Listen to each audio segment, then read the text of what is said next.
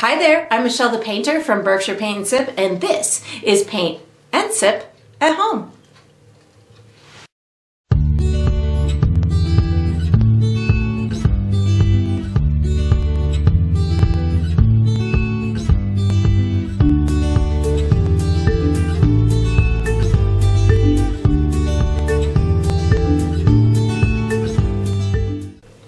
Alright, so today I'm going to be painting Blue Moroccan City, which is inspired by a photograph that I took a few years ago when we took a trip to Morocco. We stumbled upon this beautiful, sparkly little blue city. I know I'm going to butcher the name, but on paper it looks like it should be pronounced Chefchaouen.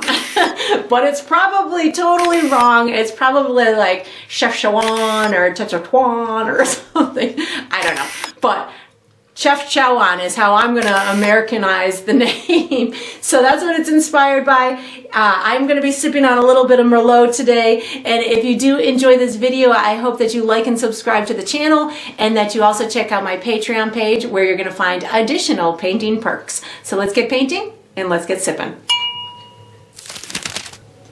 All right, so for my materials today, I'm going to be using a stretched and primed 16 by 20 inch canvas. If you're painting along with me, you can certainly switch up the size, but that's what I'll be using. I'm going to be using acrylic paint today. My colors are titanium white, cobalt blue, fluorescent purple, chrome yellow, burnt umber, which I'll call brown, fire red, green oxide, and Mars black. And of course, you can switch up those colors if you'd like, but that's what I'll be using. For my tools today, I have a standard number 2 pencil, and I have 3 brushes. I have a 1/2 inch wide flat bristle brush, I have a number 8 round brush, and a number 1 round brush, and I will refer to these as small, medium, and large as we go through the painting process. And if you're painting along with me, you'll probably want a cup of water for washing your brushes, as well as a paper towel for drying your brushes. And down below this video, I do provide you with a couple of additional resources that can help you through your painting process. One of them is a link where you can purchase the same exact paint kit that I'm using, from the large canvas to the fancy palette and the paint and the brushes and all that good stuff. But what I also provide for you down below is a link where you could download a free image of the final painting. So you can print that and use it as visual reference as you go through the painting process. And there's also written step-by-step instructions down there for you as well. And that's all we're going to need today.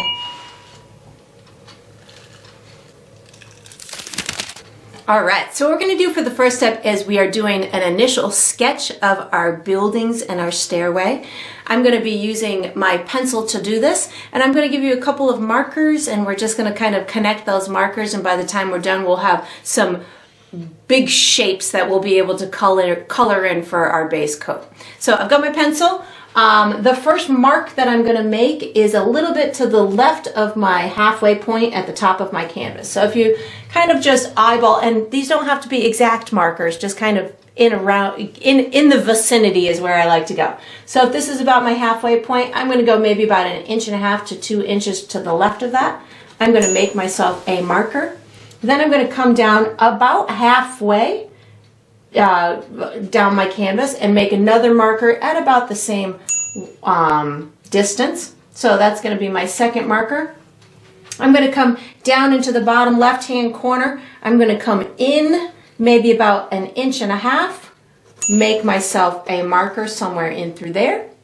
Then I'm going to come over on the top right-hand corner of my canvas and come in, I would say about 1/4 of the way. So if this is your halfway mark, you can go about halfway between here and here, make yourself a mark at about that 1/4 way mark. And then you're going to come all the way down to the right hand side, about, I would say, 1/3 of the way up your canvas. And to know where that 1/3 is, if you can eyeball about your halfway point, then you eyeball your 1/4 way point. It's somewhere in the middle of those, and make yourself another marker. So you should have 5 markers. 1, 2, 3, 4, 5. What we're going to do now is we're going to connect the dots. So I'm going to sit here and I'm going to take this one and I'm going to create a vertical line going in through here, something like that. And again, you can see it doesn't have to be perfect. I'm going to connect this dot to this dot, but I'm going to use an arcing type motion. So I'm going to start here and then I'm going to bring it out a little bit and then just curve it in, something like that. So a little bit of a curve for this one. Doesn't have to be a big curve, just a little curve. Then what I'm going to do, these two markers are kind of floating. So I'm going to be doing a horizontal line here and a vertical line here, and they will meet at some point. So if you want, you could kind of just go straight down from here, just eyeball about this distance and make yourself a little bit of a dot. You might have to move it a little bit as you, when you come down, but something like that. Or you could use your brush or your pencil and measure how far over that is. Whoop, almost lost my pencil there. You could measure how far over that is and come down to this point. See, my eyeball told me it was about 1/2 of an inch further, so I can make myself a mark there. And then I can give myself a horizontal line here, something like that. And then what I'm going to do is I'm going to come up this area, probably I would say about 1.5 to 2 inches, somewhere in this vicinity. And then I'm going to connect this marker to this corner with an arcing line.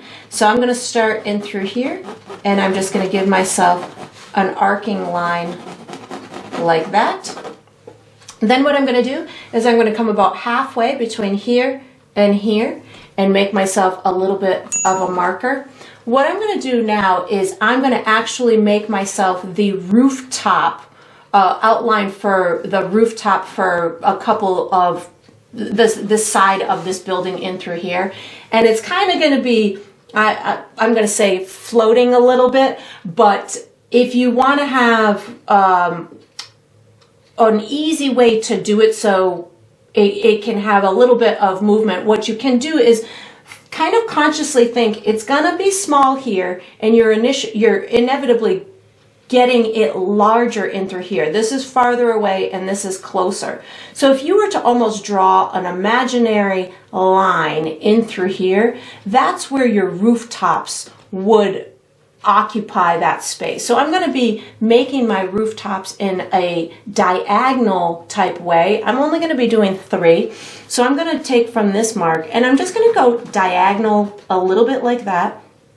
Then what I'm going to do is I'm going to come down vertically. And you don't want the vertical line to be diagonal. You want it to be vertical. Then I'm going to make myself another one somewhere in through here. It's going to be diagonal going in an upward motion for a couple of inches. Then I'm going to do another vertical line somewhere in through here. And yours can be different than mine with the height variation, but you want that line to be, these to be diagonal going in an upward way, and the markers between the rooftops to be vertical. So something like that. I'm going to bring this up almost maybe about 1 inch away from the top of my canvas, and then I'm just going to create this going like that. And that is all I'm going to be doing for my outline. We are going to be using our large brush for the next step. So once you get this done, you can put your pencil away, take out your large brush, and get ready for the next step.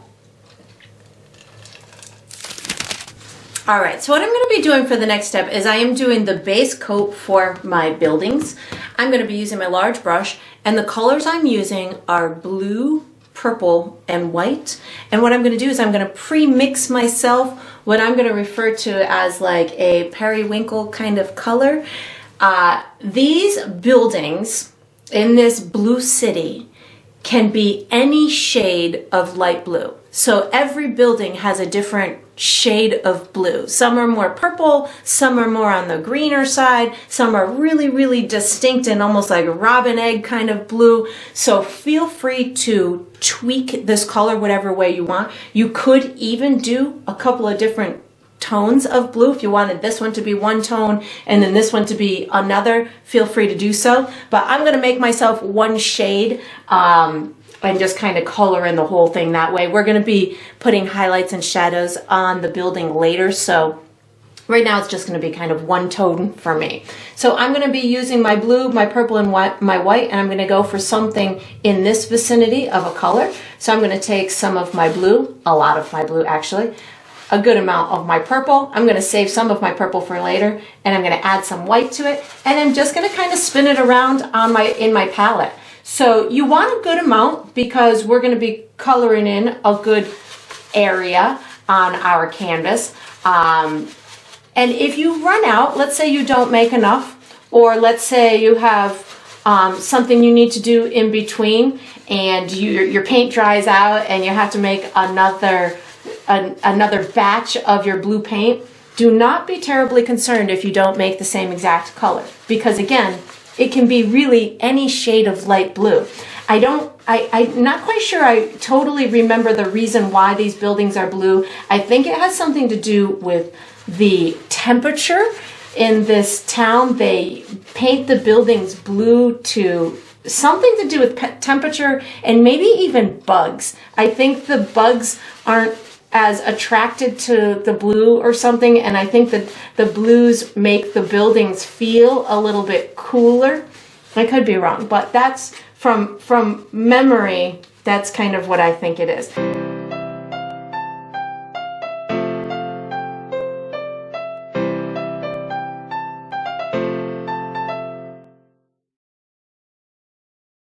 And just know that your color is going to get a little bit darker as it dries. So this is about the color I'm going for. And once you've got your desired color, you're just going to paint in those big, huge sections. It's going to be this section, and this section. And I am just going to be using my big brush. You could use a vertical paint stroke. You could use a horizontal paint stroke. You could use a circular paint stroke. It almost doesn't matter because we are going to be putting a whole bunch of other details on top of it. We're going to be adding highlights and shadows, and we're going to be adding flower pots and all kinds of, and stairs and all like little ledges along the sides. So don't feel the need to make this perfect. When you get to this section where this building meets this building, paint right up to it. You're going to be able to tell the difference if your pencil mark does not show through. My pencil mark is going to show through. I know because my paint's a little translucent. But if your pencil mark doesn't show through, don't worry, because you're going to have the visual marker of this bottom corner and the top corner to know where those two buildings are separated from one another. And I'm just going to go right up to my pencil mark, make sure I even paint into my pencil, and then I'm just going to keep painting this entire section in through here. And then the same thing, when you get to this corner here, don't worry about not being able to discern where that corner marker is, because you're going to be able to tell because you have this corner identified down at the bottom. So even if your colors or your paint makes it so you can't see your pencil underneath anymore, that's okay. Some people use have a drawing utensil that will actually disappear when you use your paint, or maybe your paint is thick enough where you won't be able to see that corner marker in between underneath the paint. Don't worry about it, because again, you'll be able to detect where that corner is simply by the shape in through here. And then we're going to use this same brush for the next step, but you're going to want to wash it and dry it. So once you've got this all painted in, you can wash and dry this large brush and get ready for the next step. All right, so what I'm going to do for the next step is I am painting my sky.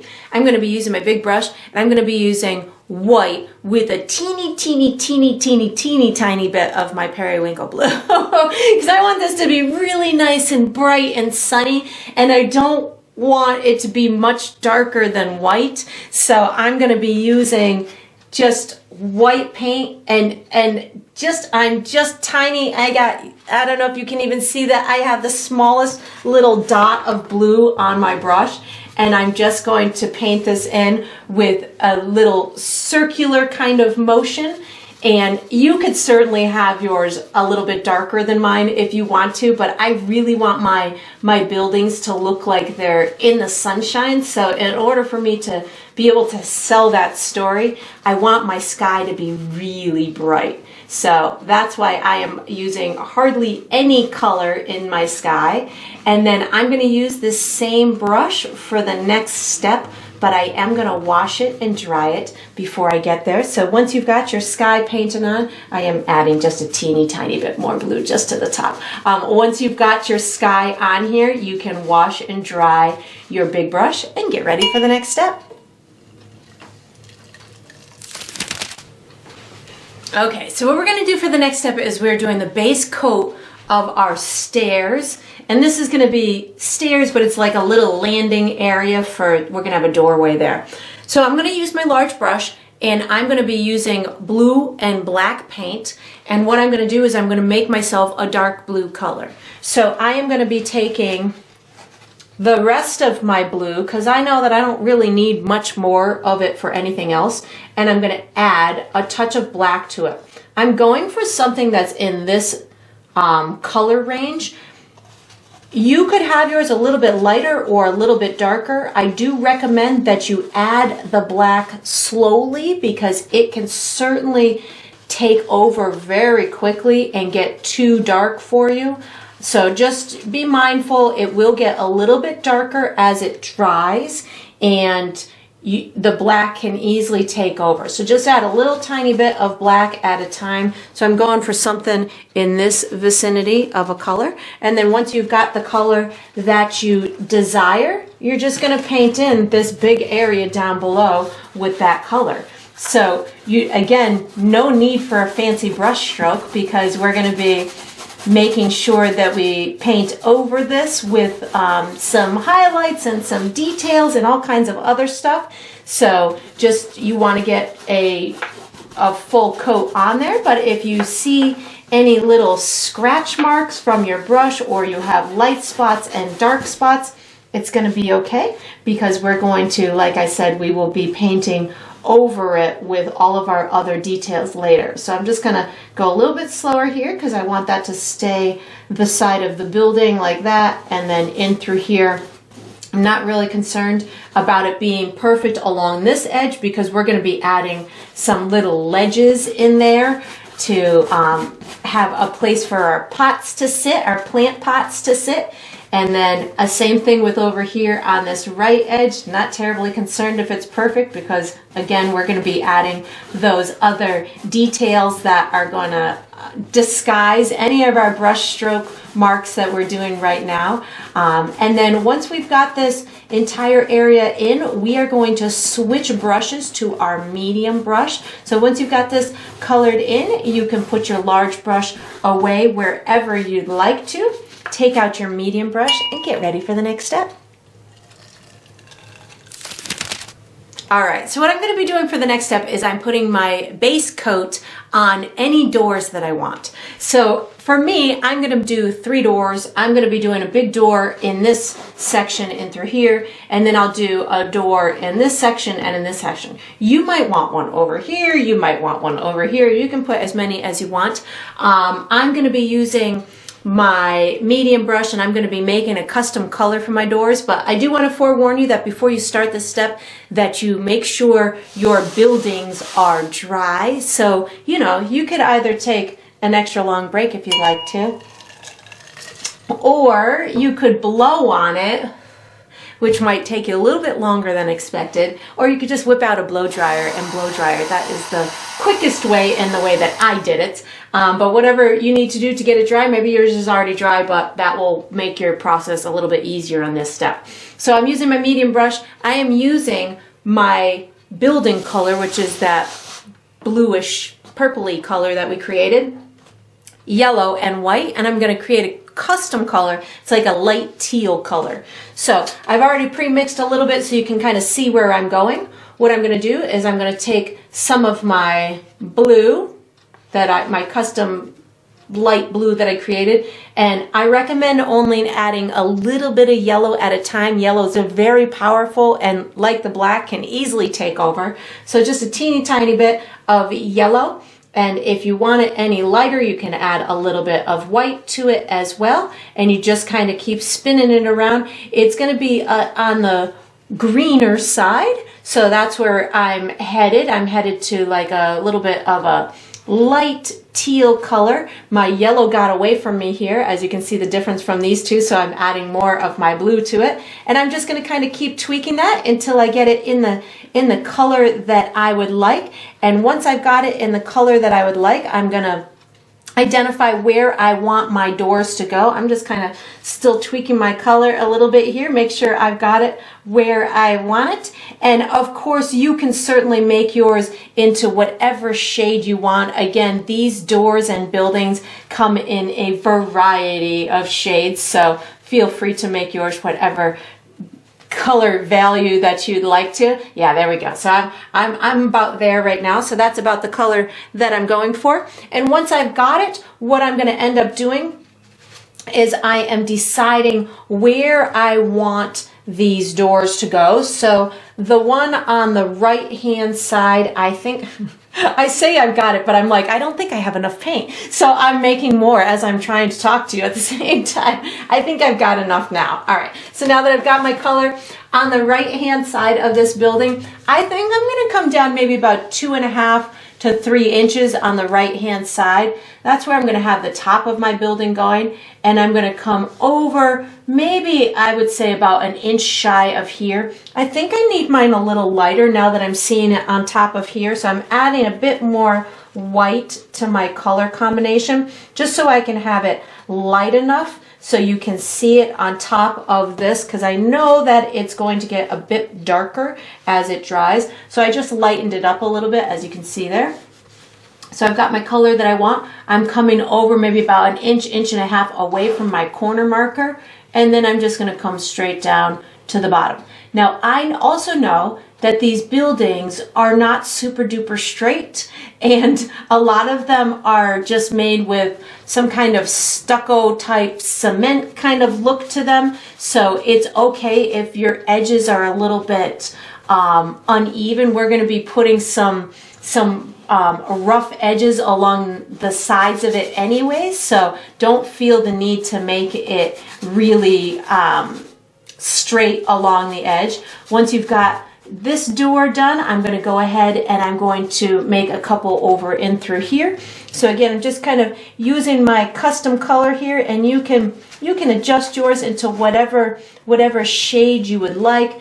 And these two I'm going to make in an arcing kind of instead of having a square top like that, I'm going to have them have an arch to the top of them. So I'm going to have this one somewhere in this vicinity, and I'm just going to have mine maybe about 1 inch to 1.5 inches wide. So something like that. And I'm watching the top 2 corners so I don't make it too wide. I kind of want there to be a little bit of an area on the side of them that I can have some of my pretty pots along the edges. So something like that.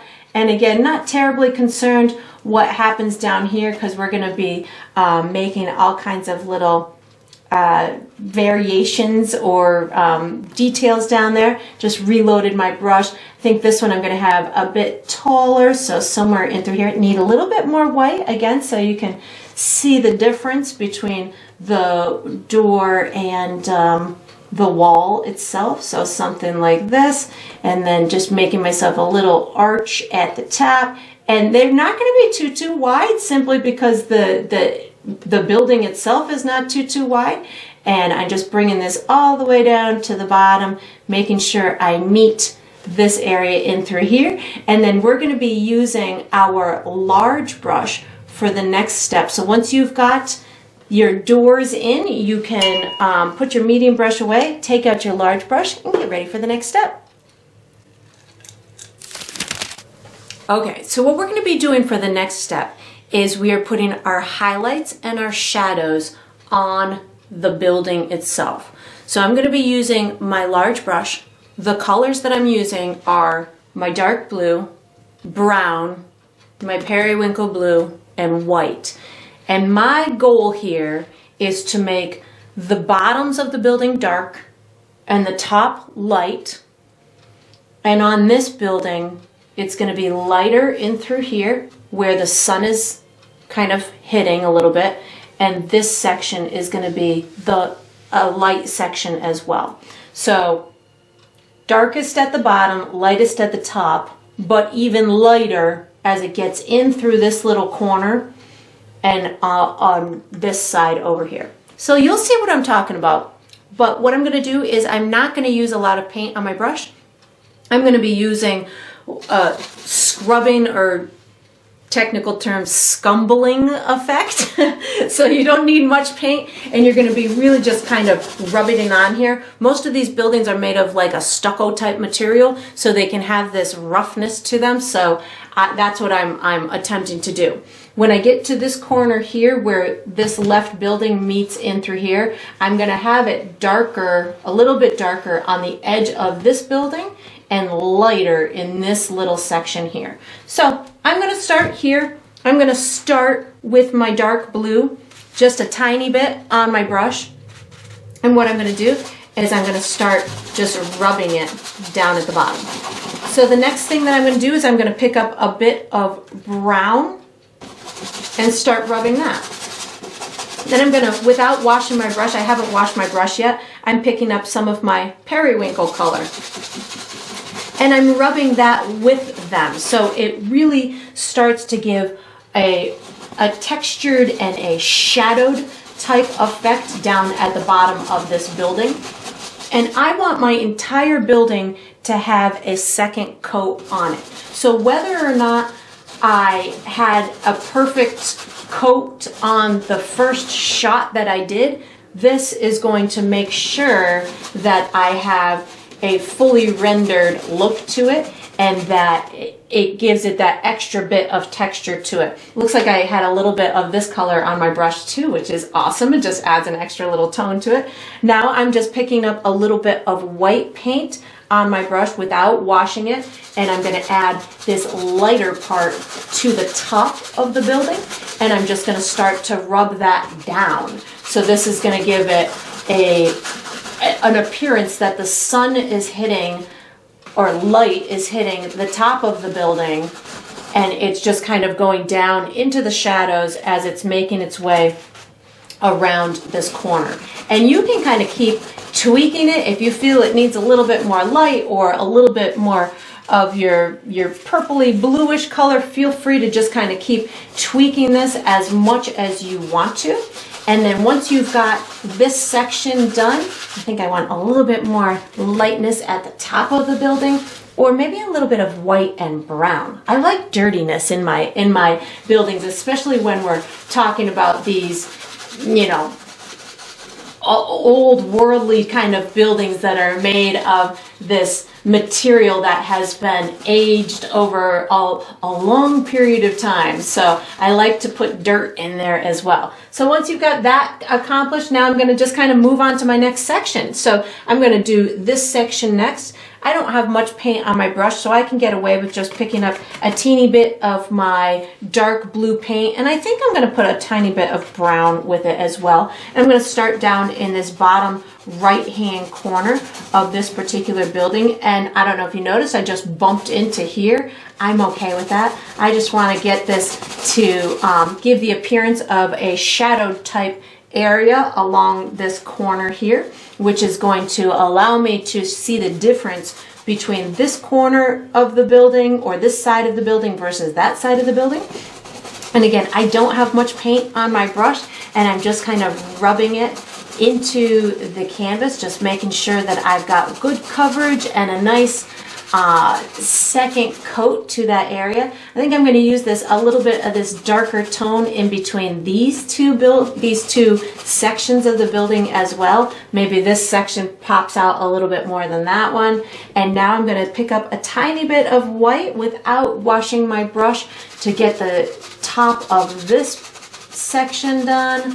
So something like that. And I'm going to work my way to the lighter part, which is going to be this section over here. I want the edges of my building, or of my doorways, to look a little on the lighter side, like they're catching a little bit of the light. This is just a little sliver in here, so if you feel like you've got to use a smaller brush for it, feel free to do so. I can kind of work this bristle brush because it's one of my favorite brushes.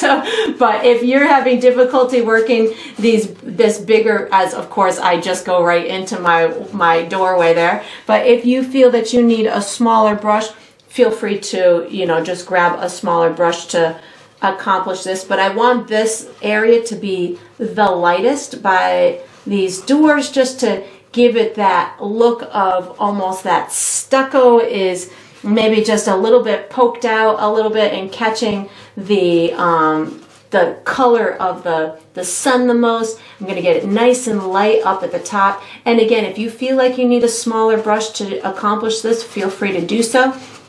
And then once I've got this section done, yeah, that's looking pretty good. And again, we're going to have more detail in the doors and around the edges. So if it's not perfect yet, don't worry about it. We'll be adding some little details in a bit that will help to make this fully realized. And I think I want this to be a little bit lighter into here. Yeah, there we go. I definitely want this section to read as much brighter than this building here. So I'm adding a bit of extra lightness in through here. I want it to look like we're going around the corner and this right side of the building is being hit the most with the sunshine. So I'm taking an extra minute of care here to make sure that I have sold that story of this being lighter over and through here, or catching more of the sunshine.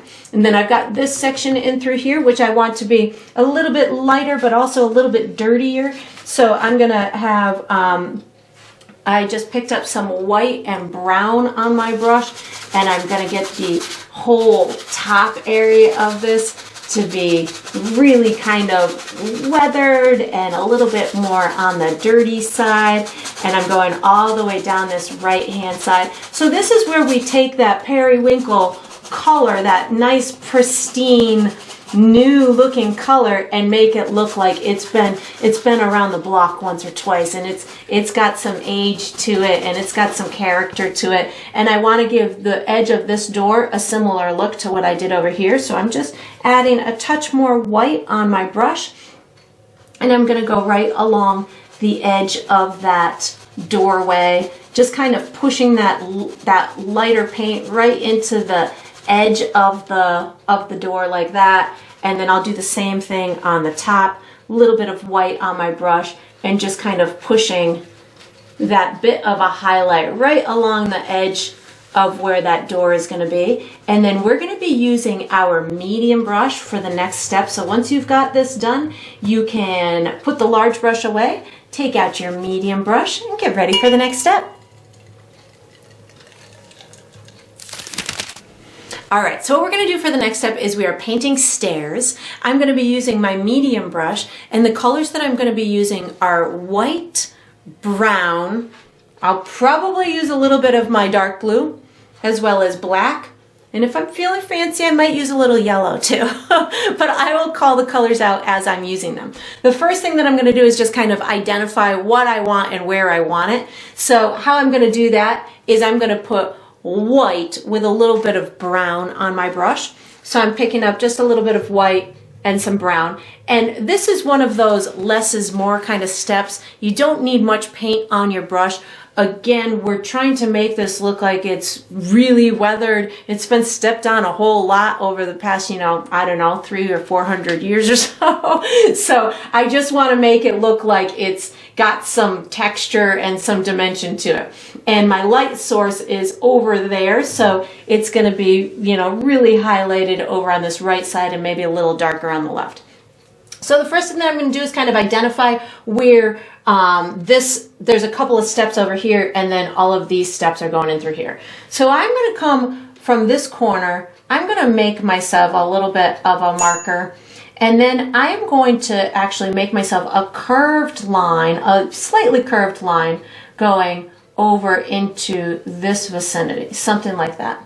And I'm going to make a whole bunch of other curved lines in this area as well. So I'm going to go right from this corner as well, and I'm going to make myself another one, something like that. I'm going to bring this line down, something like that, and then I'm going to make myself, so this is going to be flat. I'm going to make this maybe a little bit wider. Maybe we'll make this one about this wide, something like this. And then I'm going to make myself another one down in through here. So nice curved line like that. I want to color this top part in. So I'm going to just use that brown and the white, just a little bit of paint on my brush and just kind of rub it in. I don't need much paint at all. I just really am looking for this to almost kind of blend in with the floor, or with that dark blue that we have on there, and have some kind of little bit of an edge to it along here. So it doesn't have to be much at all. So this is where you'd stand.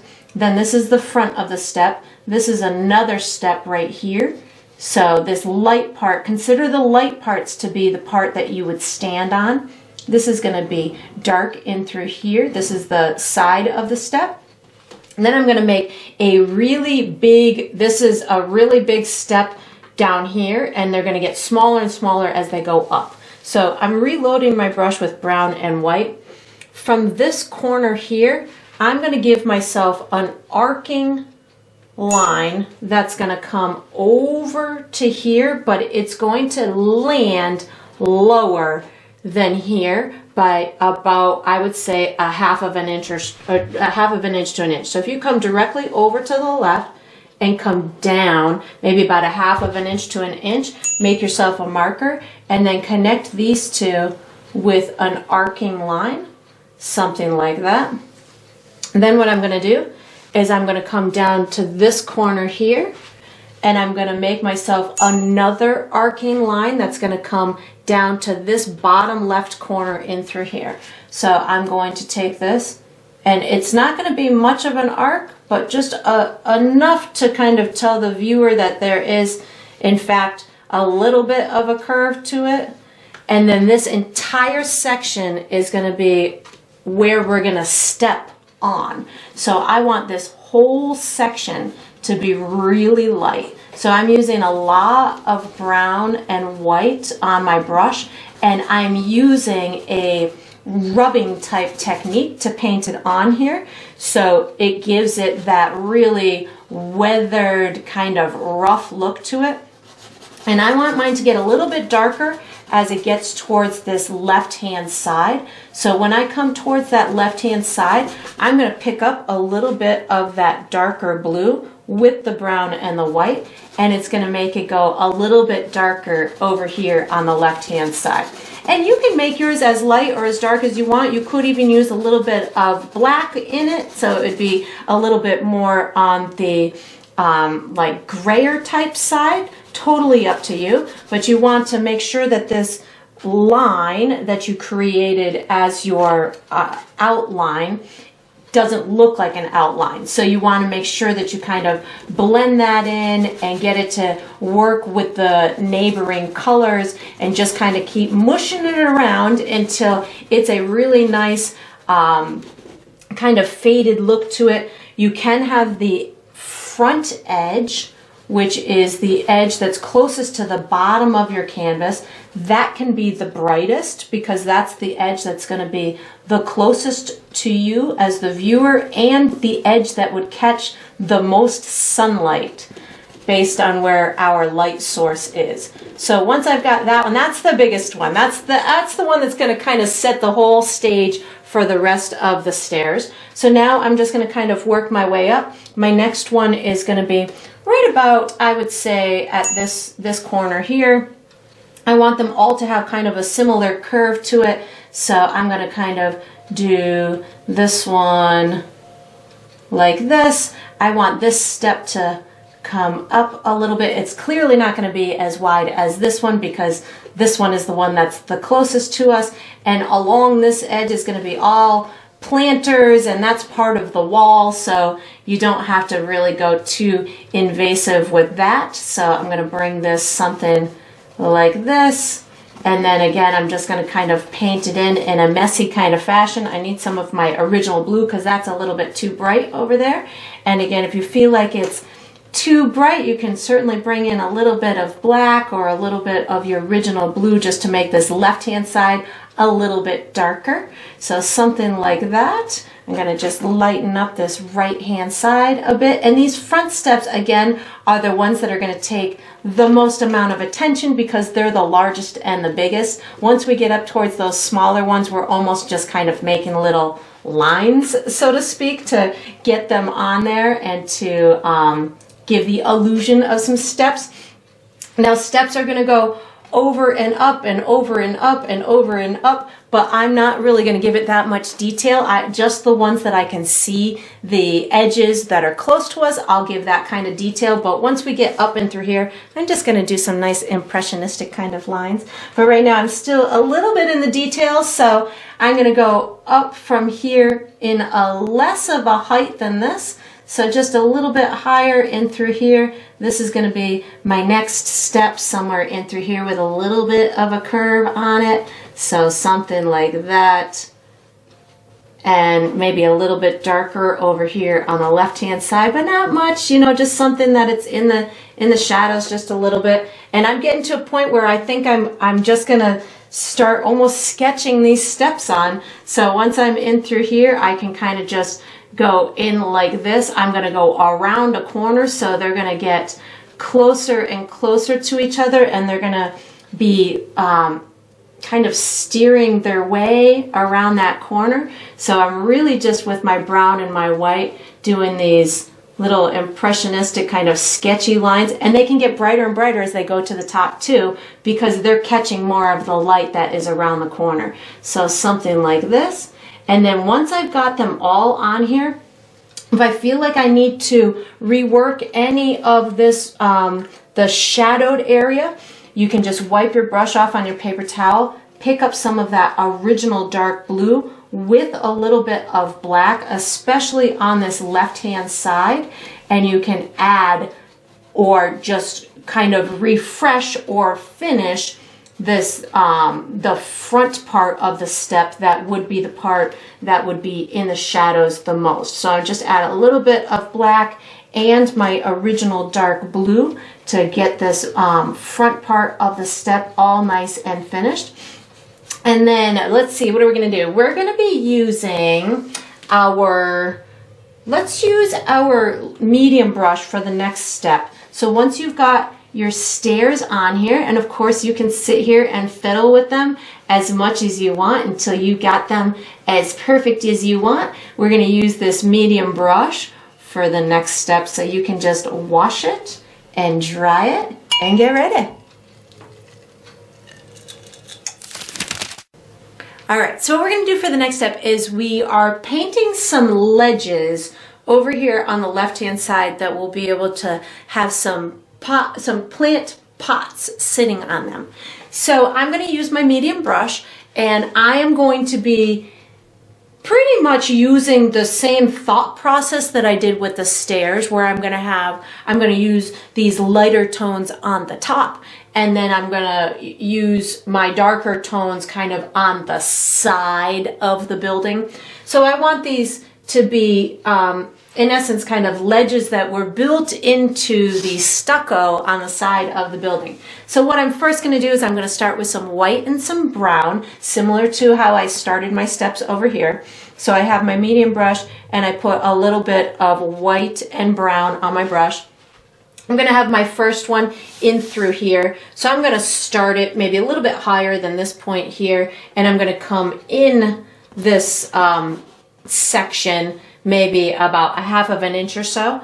And what I'm going to do is I'm going to make myself a similar curve, and it's going to end up maybe, I would say, actually, let's see, if this is going to be my dark area, maybe let's bring it like this, and then somewhere in through this area, in through here. So maybe about 1 inch or so up this left-hand side, and then I'm going to bring this in something like this, and then I'm going to just kind of paint this in that messy fashion, maybe with some little circles just to get this. I suppose you could bring it right to the edge of where your stairs are, but we're gonna add a little detail that will get the stairs and the ledges to meet in a second here. So just get this brighter part on in through here, something like that. Then I'm going to have another one a little bit higher up. So if this goes straight up like this, maybe I'll have one in through, I don't know, maybe this vicinity. So I'm going to do kind of like a horizontal line in through here. And then I'm just going to kind of put that ledge going up the stairwell, something like this. So I've got that. And then maybe I'll have one more, maybe up in through here, just a little tiny ledge in through here. It's going to creep around that corner, something like that. And now I'm just going to wipe my brush off on my paper towel. I'm going to pick up some of my darker blue, and I'm going to say, okay, well, this is the back side of the ledge, or in the back corner of here, and it's going to meet this one up here. So I'm just going to paint this section a little bit darker, so it ends up looking like this part is a little in the shadow, whereas this part is in the sunshine. So you can certainly, you know, make it a little bit more authentic by the intensity of your highlights and your shadows. So I'm going to add that little bit of darkness right here and then fade it up to the lighter section. So that's going to make it look like it is going, it's dark here, and then it goes up into that, the front area of that ledge.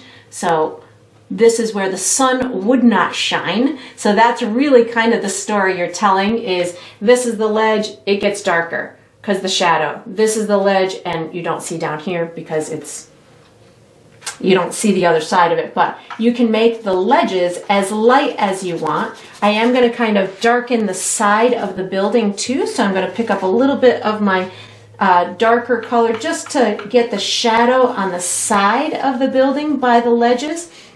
And of course, we're going to be putting the planters on these as well. So if they don't come out totally perfect right now, your planters are really going to help to hide or to disguise this area. But we just want to give those planters somewhere to sit. So that's in essence kind of my thought process. I think I want this one to be over just a little bit further. I want this one to come out just a little bit more. So just adding a little bit more on that one, and then yeah, that's working a little bit better for me. And you can of course keep tweaking yours as much as you want. And when we put those planters on there, like I said, they will help to make this look a little bit more realistic. And then we are going to be using our let's use this big, or the medium brush for the next step. So once you've got your little ledges on here and you've got them to kind of work their way into the side of the steps, you can wash and dry this medium brush and get ready for the next step.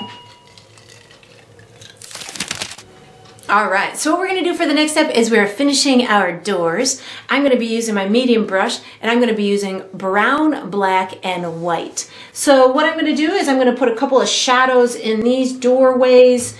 Then I'm going to make this door look like it's all old and weathered and maybe some peeling paint or something. And then we'll put on a couple of doorknobs, and then we're going to be done. So I'm going to use my medium brush. I'm going to start with some brown paint. And what I'm going to do is I am going to be doing a vertical line on the inside of the left side of these two doors. And as I go up towards the top, I will get my line to almost disappear or fade into that curve. So you can start at the top or at the bottom, whatever works for you. For me, it's kind of easier to start at the top and with a very narrow line, and then just make it wider as I come around that corner. So I'm going to start about halfway on that arc. So somewhere right about here is where I'm going to start. And then as I come around that corner, let me just make sure I've got that the way that I want, something like that. And as I come around this corner, I just make it a little bit wider. So I'm going maybe about 1/4 of an inch wide for that shadow. Something like that. I'm going to go ahead and do the same thing on the other door. So I start at about halfway on that arch at the top of it, and then I start pushing my brush a little bit harder so I get a little bit wider of a line on the left side as opposed to where it met that top little piece. Then on my big door over here, I'm just going messy here. I'm doing these really messy, just kind of vertical lines. You can use brown. Actually, I think I'm going to pick up some of my original color as well, just so the original door color, so I can get these two to kind of mix in with one another. And then I'm going to pick up a little bit of black paint as well for this particular door, and I'm going to give it just a little bit of weathered edges along the side, maybe a little seam down the center where it would open, maybe a little bit up at the top. And of course you can certainly, like I just picked up some of my original blue for that door. I'm just getting this to really just look old and weathered. Maybe I've got a little bit of darkness down at the bottom. Just have fun with it. It doesn't have to be anything perfect. You just kind of keep working those colors until it looks weathered enough for you. And then once you've got it in the vicinity that you like, what I'm going to do is I'm just wiping my brush off on my paper towel, and I'm going to pick up a touch of black on the end of my on the end of my brush. I'm going to make myself a couple of doorknobs. So you can have these in the center of the door or on the left or the right, wherever you want.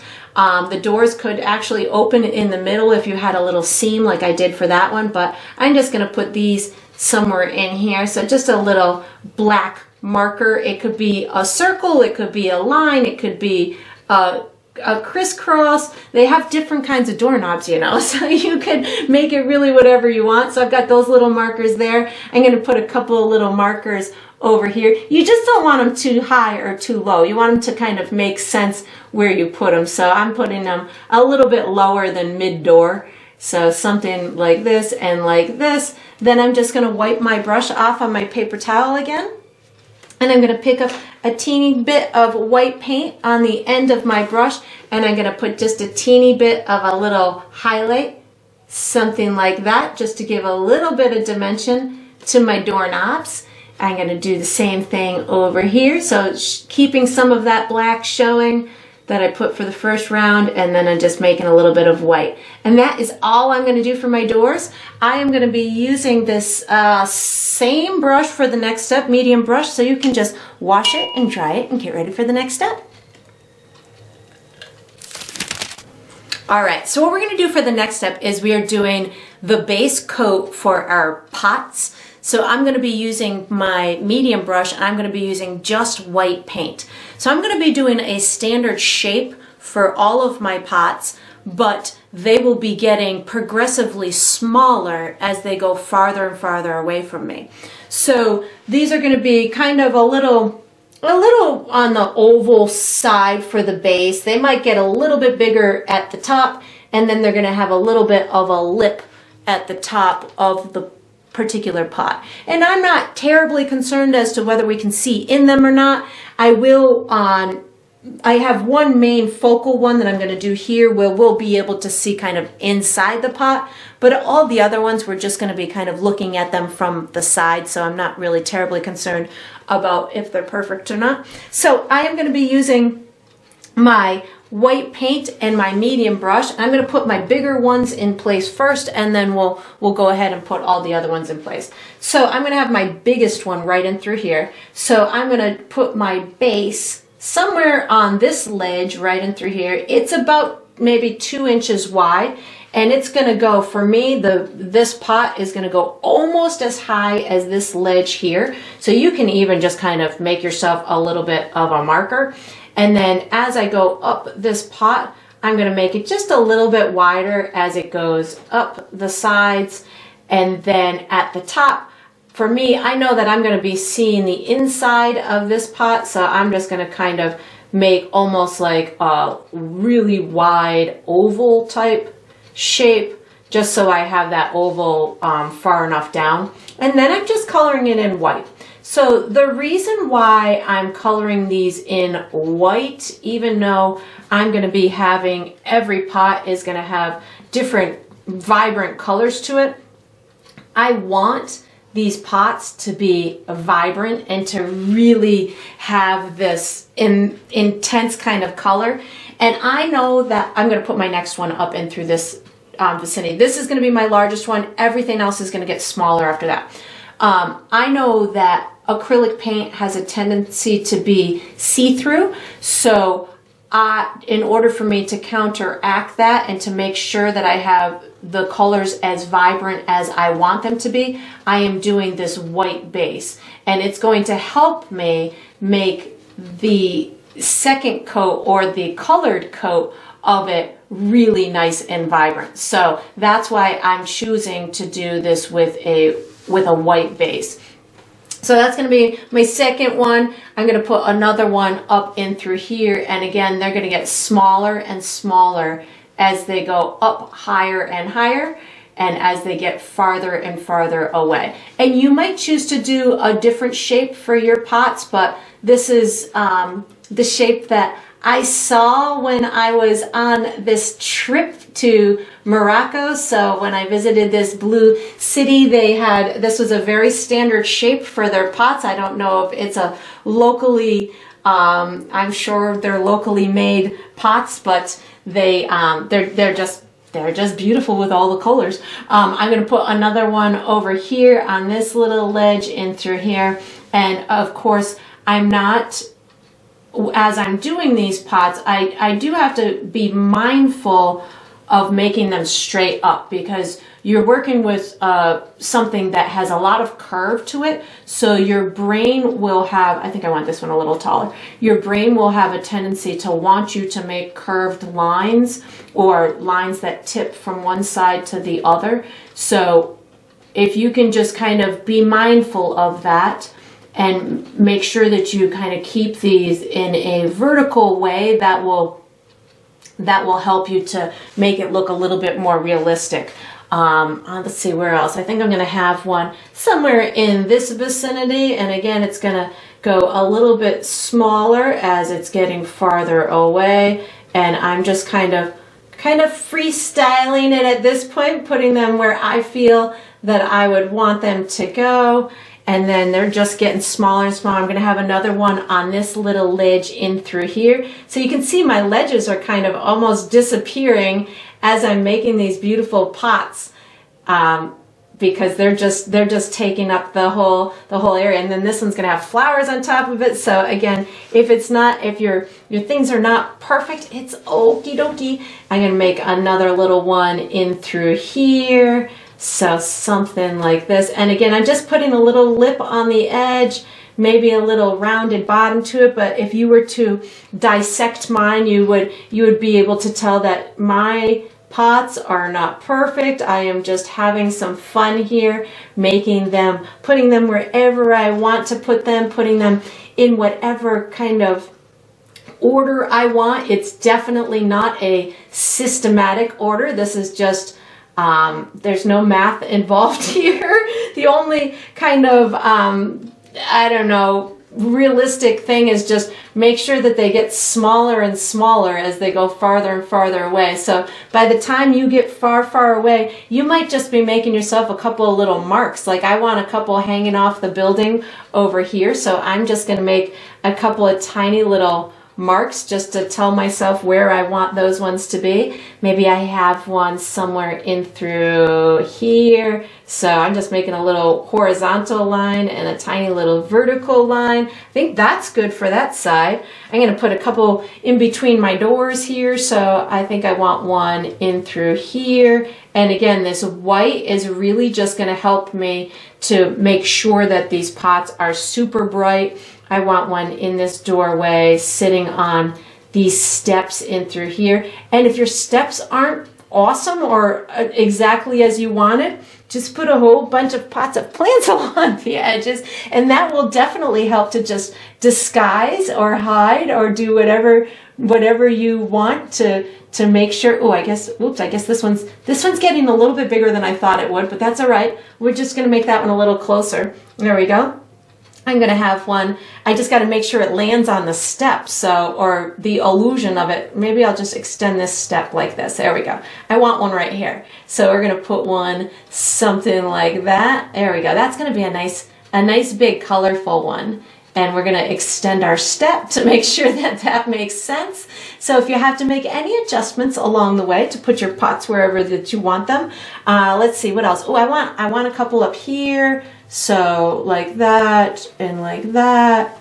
And again, you can really decorate this whatever way you want. So you might find that you want yours to be in a much different assortment or arrangement than mine are, based on how you did your buildings. So feel free to get it into whatever decorative way that you want. There was in this little blue city, there was just neighborhoods that had these pots just adorning their walls, their walkways. I saw a pathway that had probably, I would say, 50 of these colored pots just lining each side. It was just the coolest thing. So I knew that someday there would have to be a painting that represented these beautiful painted pots, and today is the day. So I needed a bit of color to just brighten the winter cold. So we're just making ourselves some pretty painted Moroccan pots here. And again, you can, as these get closer to you or closer to the bottom of your canvas, you can have them as big as you want. And you can see mine are getting bigger and bigger as they come down these steps. Maybe this one's going to get a bit bigger. Let's just make that one a bit bigger. And then I'm going to put a couple more on the side of this building. And then we are going to be using our small brush for the next step. So once you've got as many of these pots on your wall as you would like, or on the sides of your building as you would like, let's put one more, let's say right in through here. Once you've got these, you can put your medium brush away wherever you'd like to. Take out your small brush and get ready for the next step. All right, so what we're going to do for the next step is we are painting shadows on the wall of the pots. Whatever the pots are casting a shadow on the wall, that's what we're doing. I'm going to use my small brush, and I'm using brown paint.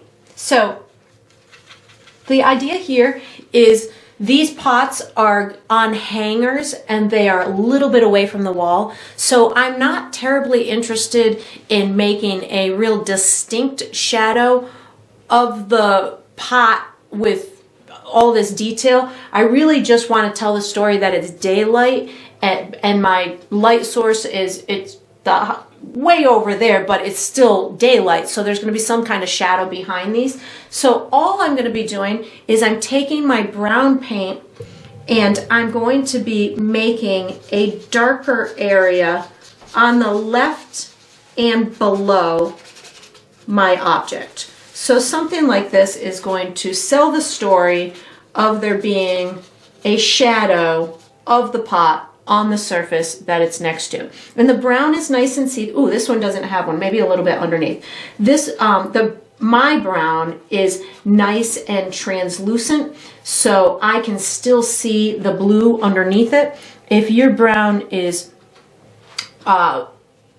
opaque and you can't see behind it, then you might want to use a little bit of water with the paint, and that way it becomes a little translucent so you can see the color behind it, because you don't want it to necessarily be a solid type color. So again, I'm just using a little bit of brown and just rubbing it onto the wall behind it and maybe a little bit below it, something like that. And if you bump into these smaller ones, are going to be hard to not bump into the pot. Don't worry, you can bump into your pot, because we're going to be putting the shadow on the pot too in a little bit, and the color on the pot. So don't worry, like right now I'm just painting over my pot too because it's easier. I like to take the easy route when it comes to painting, but I'm just using a little bit of brown paint.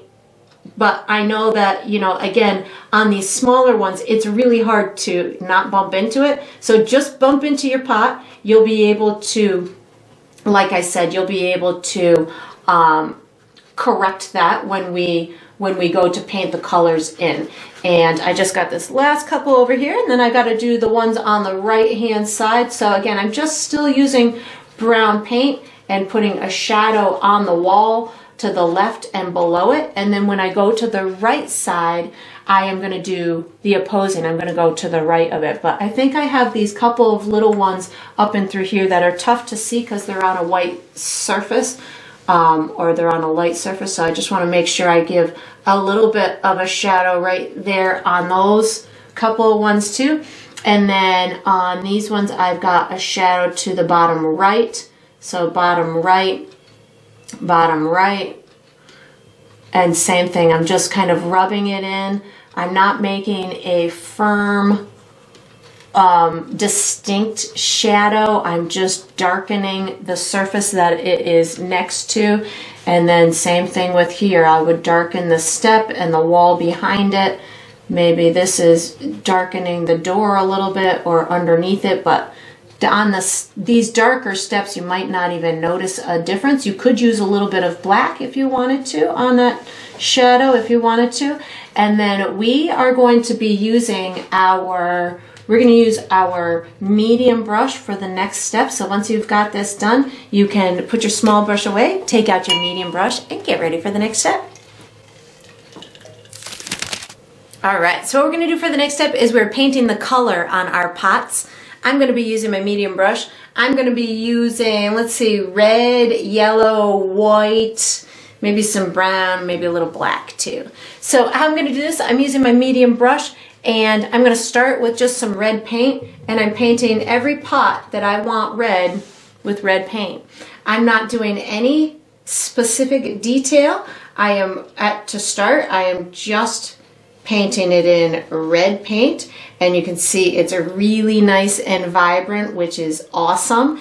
You can certainly, make yours darker if you wanted to, or lighter if you want yours to be, more of a dark maroon color or something. You could certainly add a little bit of darkness to it with, brown or anything. I think I'm going to have this one red, and again, paint them all whatever color you want. Every color of the rainbow can be used in these particular pots. So if you want purple ones or blue ones or green ones, feel free to make them whatever color you want. So I'm just going right ahead and just painting in the solid color to start, and then I'm going to come in and do some highlights and shadows to finish them up. But right now they just all get a nice coat of whatever vibrant color I want. I'm doing a lot of red because I think the red looks awesome and it pops well.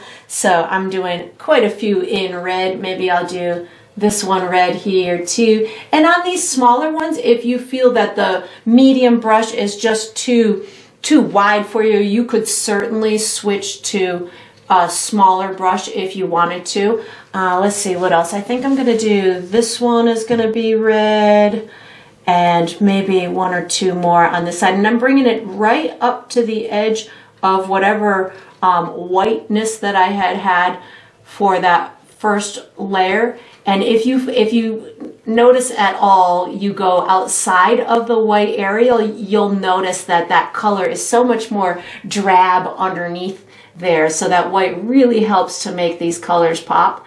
And then once I've got that color, I think I'm going to do a couple in orange, which I don't have on my palette. So I'm going to show you how to pre-mix it. I have red on my brush.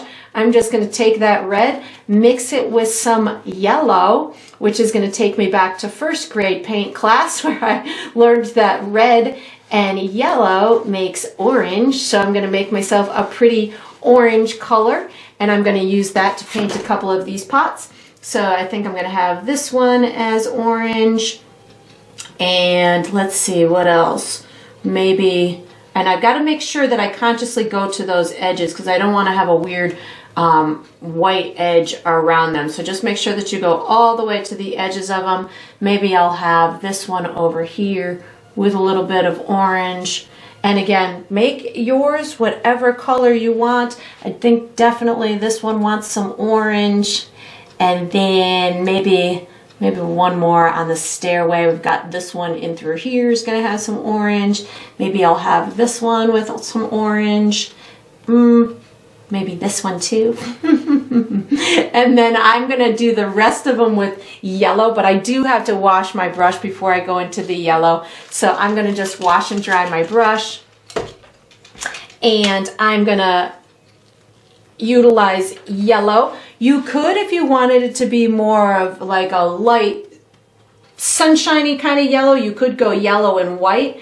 You could pre-mix yourself a lighter color, but I know that I'm going to be doing a highlight in the next step, so that will bring it even into a more brighter area. But right now I am just using yellow to get this on here, and I think this one's going to be yellow and this one's going to be yellow.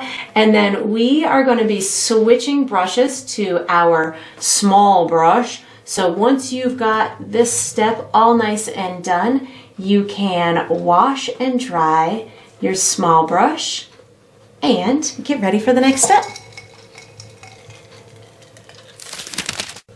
All right, so what we're gonna do for the next step is we're putting our plant hangers on. So I'm gonna use my small brush. I'm gonna be using just black paint, but I'm gonna be watering it down a little bit. So I'm gonna take my black paint and I'm gonna add a couple of little drops of water into it just to make it like an ink consistency, so that way I'm able to make nice slender lines. And then every time I go to reload my brush, what I'm going to do is I'm going to spin my brush in my paint on the side of my palette, and that's going to make the point of my brush nice and pointy. And then when I go to paint, I'm not going to press hard. So that's going to be my tip of the day. Don't press hard when you're doing this. And these plant hangers are not too far out on the wall, and they can be as decorative as you want, or they can just be as simplistic as you want. So you can certainly steer this whatever way that's comfortable for you. But what I'm first going to do is I'm going to put a stem or a stick coming from the planter to the wall. So I'm going to go about halfway down the planter, and I'm just going to make myself a horizontal kind of line. It can be a little bit at an angle if you want it to be, but whatever you do on the first one, just kind of keep true to that as you do the rest. And you want it to, you know, kind of come about as far as the edge of there, or, you know, wherever you feel is comfortable. So once I've got that on there, then I'm going to make my own little decoration. So I'm going to have mine in kind of like a long figure 8 type shape. So long, slender kind of figure 8, something like this.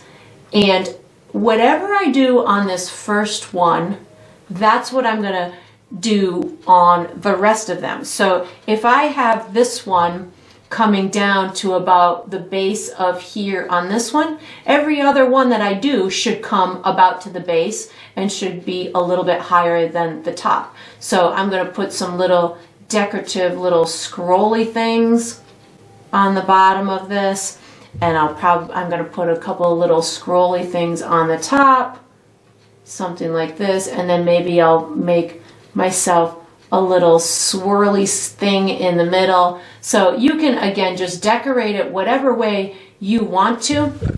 Once I've got my first one done, this is going to be probably the one that is the most in focus, because all the other ones are smaller. You don't have to put them on the ones that are on your little platforms here. It's just the ones that are on the wall. So then I can go ahead and make my next one. And for me, I kind of like to, it's easiest for me to kind of do one motion at a time. So I think what I'm going to do is make all of my horizontal lines right now. So I keep them kind of all at the same angle. That one doesn't need one. And then I'll go back and do all the scrolly marks. Just my brain works better that way. I'm going to go ahead on this side. They're coming from the other direction.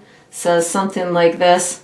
And you'll find that your brain works one way better than the other, and if you can ever determine which way works better, you'll have an easier time painting, because that's one of the keys to unlocking a more enjoyable experiences, understanding the way that your brain works.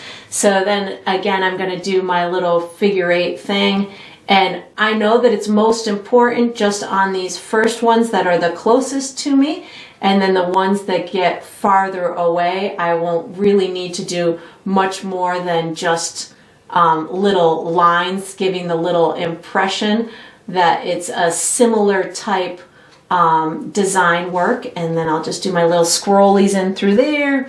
And then again, as I'm getting into these ones that are farther away, I don't really need to do as much. They're so much smaller, so I'm really just kind of using the tip of my brush and just giving the illusion that I'm doing the same thing. And the trick to doing the same thing is, or to making it look like you're doing the same thing, is again bringing it kind of to the same point at the top or the bottom, in ratio or in perspective to what you did on that first one that's really large. So again, if you brought it up a little bit above that top rim on the first one and down below the bottom rim a little bit, then you do the same thing on the other ones, and that's going to keep you in size proportion, in an accurate size proportion, and keep spinning that brush in your paint. Spin it round and round. So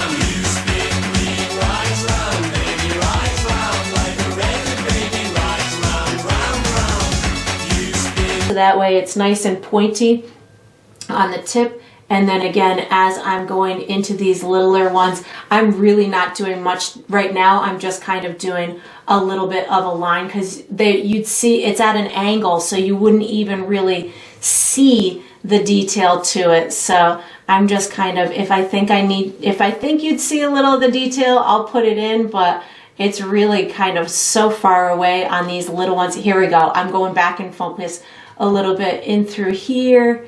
So this one, I'm just reversing it. Oops, got to make sure I put that swirly thing at the bottom in the right direction. There we go. And just a little swirly in the middle. And then here we go. I got to go a little bit more in focus on this one because it's closer. Something like that. Give myself my little swirlies at the bottom and at the top. And then just a little swirl down the middle. I got one more to go.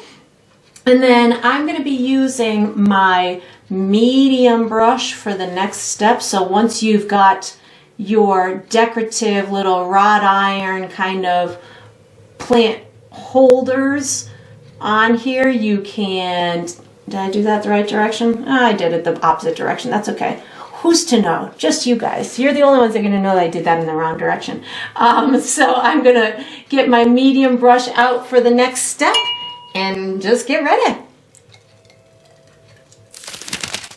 All right, so what we're going to do for the next step is we are putting the first layer on our plants, or our flowers. So all the little flowers and the plants that are inside these pots, we're going to put our base coat in there. So we're going to be putting little stems and the dark undertones of whatever those flowers are going to be. So I'm going to be using my medium brush, and I'm going to be using just black and brown paint, and I'm going to be doing some little sticks in some areas, and then I'm going to be doing some dots in other areas. So how I'm going to start this is I'm going to start it with my sticks or my stems. I'm going to put some black and brown on my brush at the same time. And I don't want these sticks and stems to be too wide, so I am going to utilize the spinning technology to make my brush nice and thin or slender at the end. And they don't all have to have sticks. I'm just going to do a couple because some of these plants are taller. Maybe they're like herbs or something like that. So this one's going to be one of the few that we're going to see the inside of. So I'm actually going to start my sticks and stems somewhere in through here and just kind of give myself a couple of little pieces coming out like this. And again, I'm just using black and brown, something like this. So that'll work for that. I'm going to go ahead and I'm going to pick whichever other ones I want sticks and stems to go. So maybe a couple of little ones in through here, and maybe I've got a couple in through here. I'm going to be doing my fancy dots in a minute, but right now I'm just kind of getting my sticks and stems on. I think I'm going to have a little bit, I think this one I want to be kind of on the taller side. So I'm going to do this one something in through here. And if you bump into the colored part of the pot, don't worry, we're going to be adding highlights and shadows in a minute anyways. So I think I want some sticks and stems in this one too. And it doesn't have to be perfect. As you can see, I'm just really free forming this and having a good time with the tip of my brush, making these cute little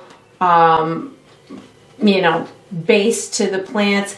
And now I'm going to start just kind of dotting. I'm going to be using more brown than black, so I'm not going to wash my brush. I just picked up some more brown. And this is where I'm just going to kind of utilize these darker tones to give myself almost like a base coat for where I want my flowers to be. I know that they will look much more realistic if they've got a little bit of a darker tone underneath them. So I'm going to utilize this, the brown paint to start my flowers. So again, I didn't pick up any more black. I just picked up a bit of brown, and I'm not using much paint at all. So I'm not even probably going to reload my brush for this step. I am just adding this base coat, and you can see I'm just having fun. I'm being a little bit carefree and letting these plants kind of grow in whatever direction that they'd like to.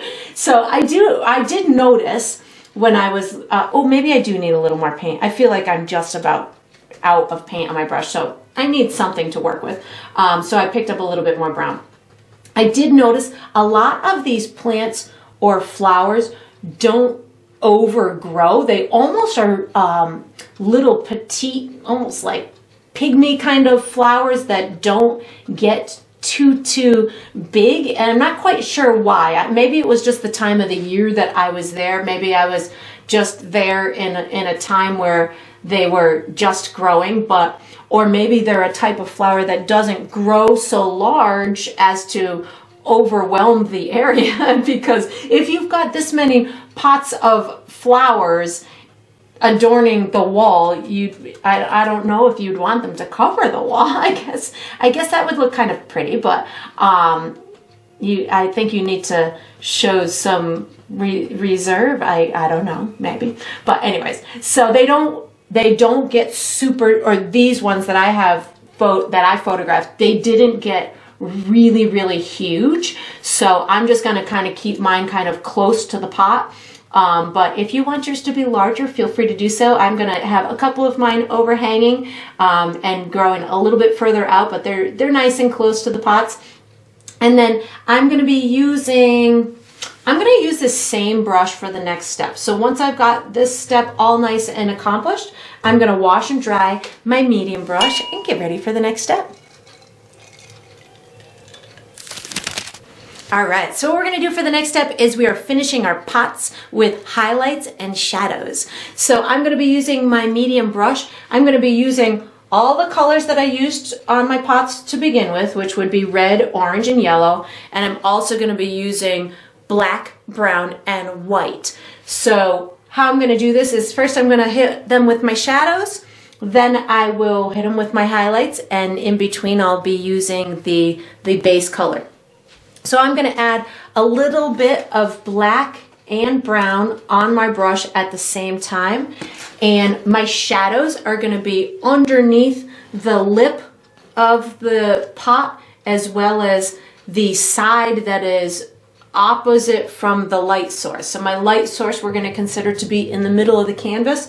So I'm going to have my shadows on the bottom left, similar to what we did on the wall, but now we're doing it on the pot as well.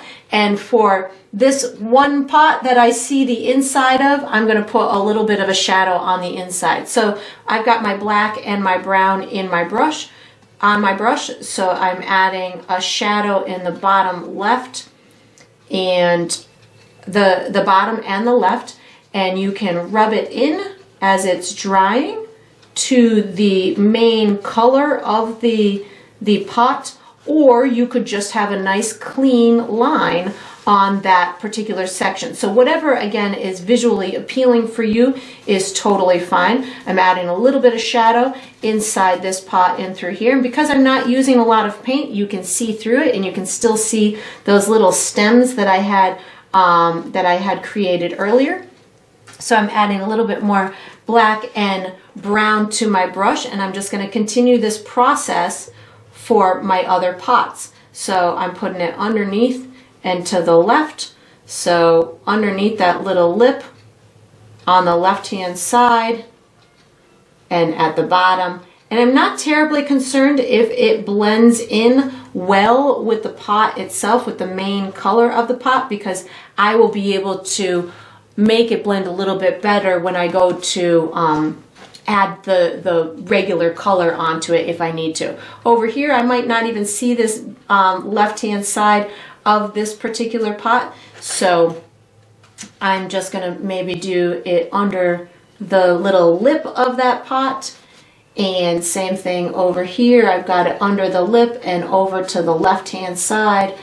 And if you feel that you would work better with the smaller brush, especially for these smaller ones, feel free to do so. I'm going to just kind of work with my medium brush, knowing that I'm just kind of adding the illusion of a shadow. I don't necessarily need to go too in detail with it, so I'm okay with still utilizing this brush for this particular process. I'm just kind of using the tip of my brush and giving a little bit on the bottom left and underneath that the edge of it. So again, left and underneath, left and underneath, left and underneath. And when you get to the right side, you're doing the opposing. So I'm going to the right and to the bottom. So right side underneath that lip and right behind it and underneath the bottom of the right side. So like that and like that. And if you feel like your brush is a little bit getting out of control, like mine is not pointy anymore, I'm going to spin it again in my paint and repoint it. And I'm going to go right back in here, bottom right, underneath that bottom right part of the lip of the pot, like this. And you can see I'm just kind of going systematic through the whole thing like this. Reloading my brush, spinning it in my palette so I can just get the little corner. And I just keep going, bottom right. And now once I've got those shadows, I'm going to wash my brush. So wash and dry my brush. And now I'm going to start adding my highlights. So my highlights are primarily going to be white, but I want it to kind of blend in with those shadows. So I will also be using my main color as well. So I'm going to start with white paint on my brush and kind of give myself this highlight over on the top right. So you're doing the opposing side. And then you can just pick up your original color and start rubbing it in. Now when you're on your red objects, if you do not dig the pink look that the red and the white will create, you can add a little bit of yellow to your brush, and that will counteract a pink highlight. So you can certainly utilize the intensity of that to whatever is your visual preference, but if you're not digging how it turns pink with using the red and the white, you can certainly counteract it by using a little bit of the yellow with it. And then you can do all of your red ones at the same time, or you can go from, just adding the highlight on all of them with a little bit of white on your brush and then coming back with the center color. But again, once you get to the smaller ones, it's a little bit more easier of a process because you're more or less just giving the illusion of the highlight as opposed to going full on detail. So on these smaller ones, I'm almost just doing like a little dash to put that highlight on there, and I really don't have to do a whole heck of a lot. I'll probably come back with the base color of the red just to make sure that it blends in, but you don't have to do a whole heck of a lot when you get to the smaller ones. So I just wiped my brush off to get rid of some of that white, and I'm just going back in with the red just to make sure it blends as much as I want it to for these red ones. Those little ones I don't even really need to touch. I'm gonna just kind of make sure I've got enough of this blended in the way that I want, and then I'll just progressively go to the next colored pot. So right now I've worked on my red ones, just making sure this one pops enough. I like that bit of highlight on the edge. It really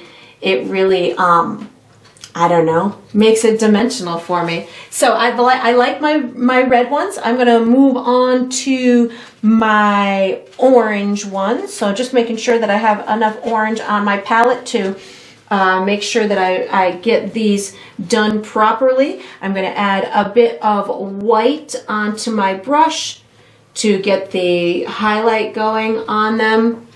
And again, when you get to these smaller ones, you might just get away with a little tiny dot and a dash, and that will sell the story as much as you need it to be sold.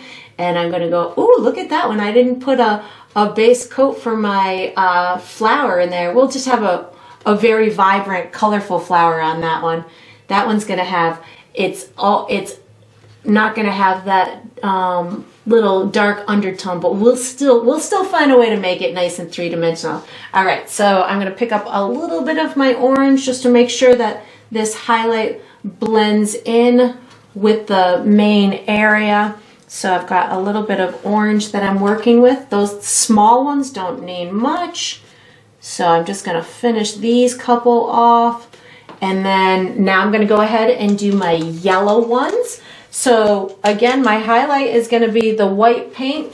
So I just loaded my brush with white. I'm going to stick this highlight over on this side over here.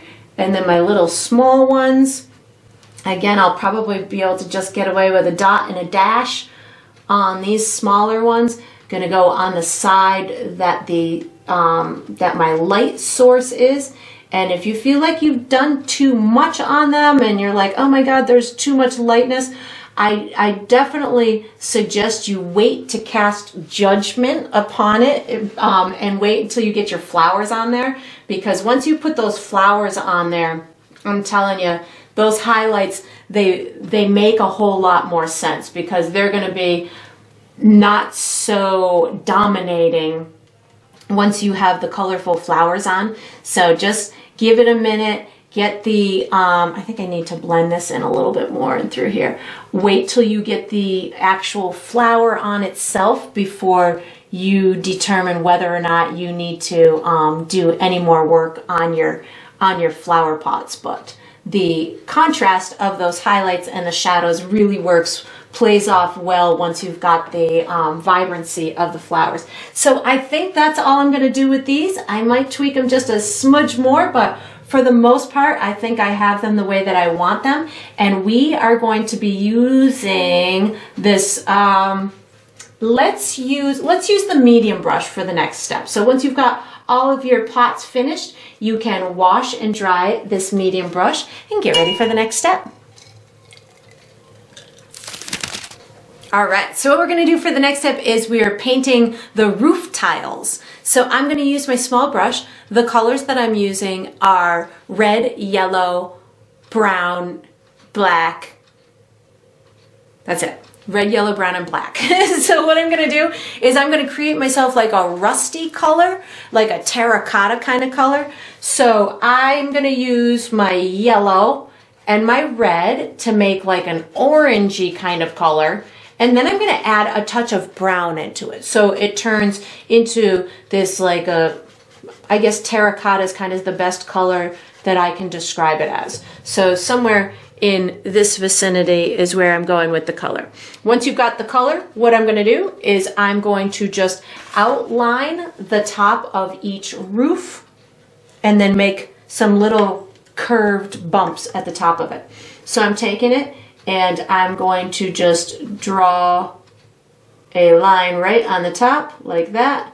And then I'm going to just make little bumps like this. So you can make them as big or as small as you want. If it would make sense as you get to this one that this one are bigger because it's closer to you or closer to the viewer. But if you don't get that dimensional element, don't worry about it. So I'm going to go ahead and do this one in through here. So this one's going to get just a little bit bigger. I'm going to go right up to the corner of the building, and then I'm going to go ahead and make myself some bumps on the top. So just some little bumps like that, something like that. And then I'm going to go ahead and do this final one up and through here. And this is a great step to kind of clean up your edges on the edge of the roof, or if you needed to change your angle a little bit, this is a great step to accomplish that. And then once I've got that one on there, then I'm going to go ahead and make my little bumps. And I'm making them progressively a little bit bigger just to, again, keep that dimensional element. And then I'm going to wash and dry my little brush. And I am going to make some little shadow marks underneath it. And I'll use black paint. Even though this is still wet, the black is going to overpower it.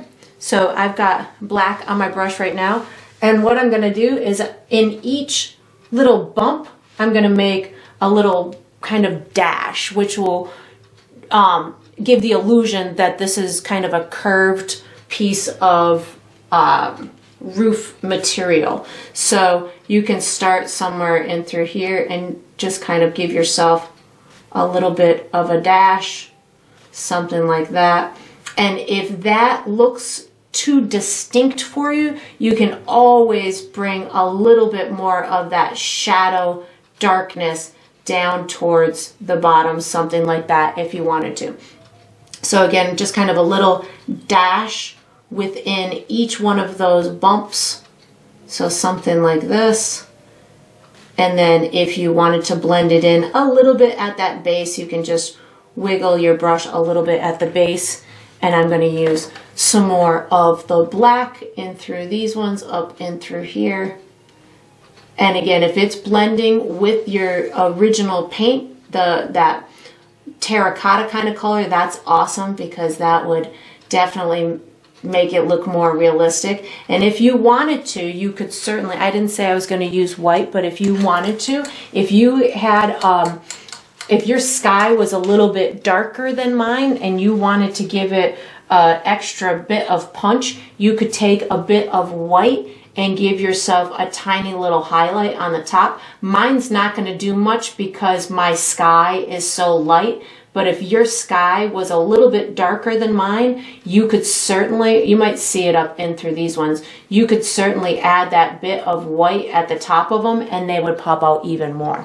And then we're going to switch brushes to, oh, you know what? I said we were going to use our medium brush on that one, and I used my small brush, but you guys probably already figured out that I screwed that part up. But we're going to use our large brush on the next step, so you can just get that out and get ready.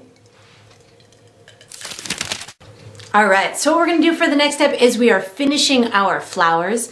I'm going to be using my large brush, and I'm going to be using an assortment of colors to make whatever colored flowers I would like. But I'm probably going to steer on the purple side and the green and yellow side. So I think the colors I'm going to be using are purple, white, green, yellow, and I might use a little orange. But you could certainly have some red flowers or some blue flowers, or make up your own colors, have fun with it. My thought process when I do this is I want a base color and then I want to highlight. We already have our shadow for our flowers.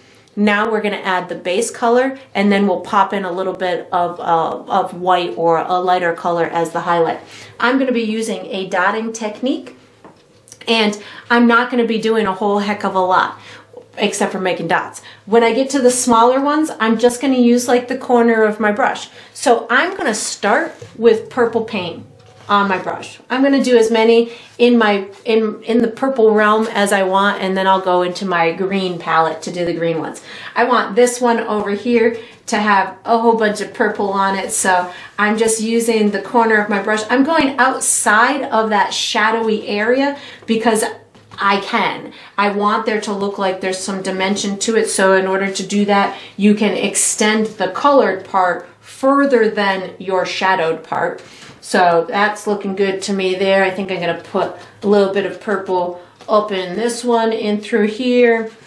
I think maybe I'll have this one with some purple, and this one's going to be strategically growing enough to hide the corner of this building into there, because I don't like that corner all too much. So I will just use my flowers to help me out there. I'll put some in through here, and I think those are all the purple ones. Maybe I'll have a little tiny purple one up here. And then I'm just gonna pick up, without washing my brush, I'm gonna pick up white paint, and that's going to provide me with the highlight on my purple flowers. So I just picked up white paint, and now I'm going to just, don't think of it as smashing 100% and making this all into a solid color. If I just utilize the tip of my brush and just kind of dab in these little pops of brightness, that will make it look the most realistic. And then I'm going to go ahead and add a little bit of these pops of highlight onto my other purple ones. And then once I've got all of my purple ones in place, then I'm going to wash my brush, because I don't want to have the purple carried over into all of the flowers. So once I've got my purple ones on here, I'm going to wash and dry my brush, and now I'm going to start doing my green ones. So I'm going to be using, let's see, green and yellow as the base coat. So I'm actually going to put green and yellow on my brush at the same time, because I want it to be a nice vibrant summer kind of green. And I'm going to do a lot of these with green, almost like they're more plants than flowers, but you can certainly interpret it whatever way that you'd like to. So when I put the highlights of the yellow and white on it later, it might look a little bit more like flowers, but there's a lot of plant life there too. So we're going to just do a lot of these with the green, and yellow is all I have on my brush right now. Maybe this one's got some green and yellow. I think I'm going to do this one right here is going to have a whole bunch of my green and my yellow, just to put this as the base coat. And again, you can make these grow as big as you want them to be. They can be, I don't know if they're herb, plants or whatever they are. You can make them into your own assortment of beautiful garden type things. And now I'm just going to touch my brush in some white. I'll do I'm going to be using maybe a little bit of orange on a couple other ones. Oh, maybe I'll do this little one right. This one keeps getting forgotten. I didn't do a base coat on it, and now I almost forgot to put a plant in it. So let's just take care of that one right now. And I also had the highlight on my brush right there too, so that worked out well. So I will add a little bit of my highlight in through here, and being a little carefree and not having the whole thing look exactly the same, that will help to make it look more realistic too. So if you add a little pop of a highlight over here, you don't have to do the whole thing with the highlight. Maybe just pop a little there or a little there. Maybe over here I've got it more on the right hand side. And so don't feel like you have to put the highlight on the entire thing. You can just pop it a little bit on those edges, make it just have that bit of sunshine, just illuminating the leaves, or whatever the case may be. Oh, this is the part where I want to start bouncing and dancing a little bit, because the color, it's making it come alive, and the little white speckles of the twinkly highlights are they're just popping. I think I want a couple of orange ones too, so I'm not going to wash my brush. I'm just going to go into a little bit of white, yellow, red. I don't know. I'm just kind of making up a color right now. So I have a couple of little ones in through here that are kind of screaming for a little bit of color, but I didn't want them to be the same as the other ones. So I just added a bit of some kind of orangey type color on my brush, and I still have a little bit of white on there, so I'm accidentally getting a highlight as I am getting these anyway, so I'm not going to have to do much work to these at all. And then, let's see, I just have these tiny little ones in through here. So whatever's on my brush right now, I'm just kind of finishing up these extra little ones. And then we have one tiny little step left to go. Let's see, did I get them all? I think I did. I think I did. So, yeah, I got them all. So we have one tiny little step left to go, and it's going to be with your small brush. So once you've got your plants all nice and potted and growing and beautiful, you can put your big brush away, take out your small brush, and get ready for the next step. All right, so we are on to the final step. This is the final step of every painting, which is to sign it. I usually sign mine in the bottom left or the bottom right. I'm going to use my small brush. I'm using black paint. I usually do my initials, but you could certainly do your first name or the date or a symbol or whatever you'd like to be your identifying mark is totally fine. And that is going to conclude this painting. I hope you enjoyed the process. I hope you painted yourself a very old and authentic looking little village, and I look forward to painting and sipping with you again sometime.